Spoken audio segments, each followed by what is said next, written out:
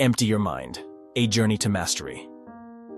A young man once traveled across mountains and rivers to find the wisest master in the land. He had spent years chasing success, reading every book, practicing every skill, but he had yet to find the breakthrough he was searching for. Every time he thought he was close to mastery, he would hit a wall, and frustration would cloud his mind. He grew tired, exhausted by his pursuit, but determined to reach his goal. After months of travel, he finally found the master. The old man lived in a humble house near the base of the highest mountain, surrounded by trees and silence. The young man, eager to learn, approached with great respect, bowed deeply, and said, "Master, I have studied for years, yet I still feel lost. My progress is slow, my mind is restless, and I struggle with every challenge. Please teach me how to become great." The master did not speak at first. Instead, he smiled gently, as if already knowing what the young man sought. He gestured for him to sit. Without a word, he began preparing tea, the delicate sound of the kettle filling the room. Slowly, he poured the tea into a small cup.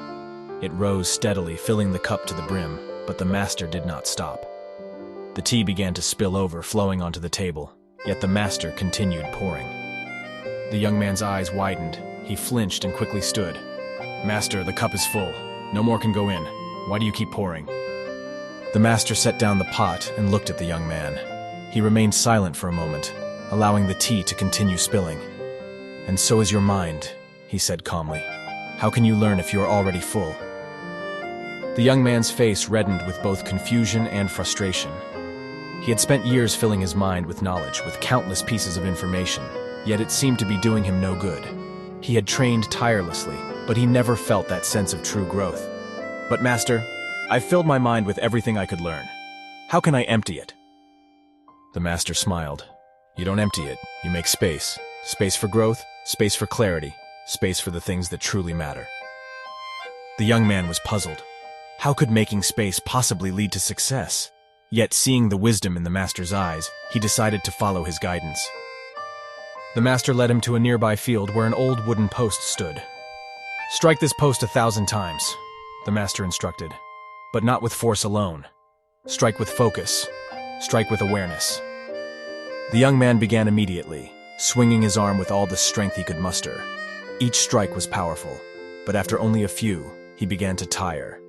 Sweat dripped down his forehead, his muscles ached, and his mind began to wander. He was so focused on the idea of reaching 1,000 strikes that he didn't realize his form was deteriorating. His swings grew less controlled, and his strikes less precise.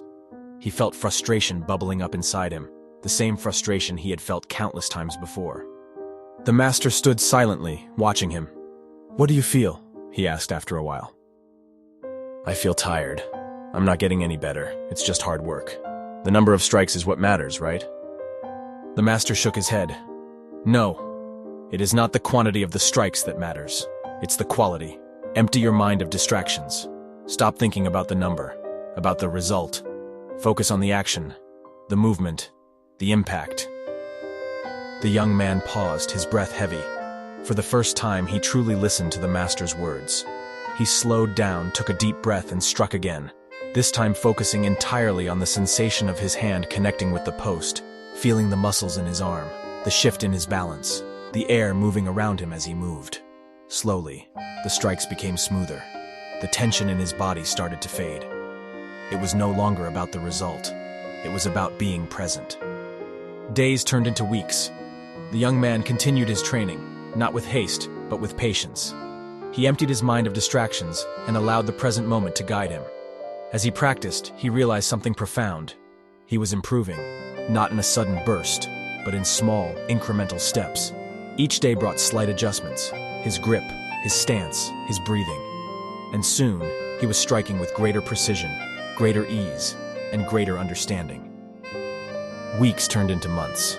His training became second nature, but it was not effortless. Each practice was a choice to stay present, to let go of distractions, and to embrace the struggle as a part of the process. When he encountered failure, he no longer grew frustrated. He observed his mistakes with curiosity, adjusting and growing from them. When he succeeded, he did not celebrate. He simply continued. The focus, the improvement, the journey, these were the rewards, not the end goal. One day, after endless practice, the master looked at him with a knowing smile. "You are ready." The young man frowned, unsure of what the master meant. "Ready for what?" The master poured him another cup of tea, this time with deliberate care. The tea filled the cup to the brim, but not a single drop spilled over. The young man watched in awe. The master nodded and said, "Now you learn." The young man stood in silence, reflecting on the master's teachings. He understood now. Mastery was not about filling his mind with more knowledge or working harder and faster. It was about creating space, about being fully present, about letting go of the noise that clouded his thinking. True progress came from deliberate practice, reflection, and patience, not from rushing toward an end. The young man left the master's house that day with a deep sense of peace. He no longer sought to fill his mind with endless information, or to measure his success by external standards. He understood that in order to truly grow, he had to empty his cup, time and time again, and allow his journey to unfold. Most people fill their minds with distractions, rushing through life, never pausing to truly see, to truly learn. But those who empty their cup, those who embrace deliberate practice, reflection, and patience, are the ones who master their craft. Be like the young man. Empty your cup and start again.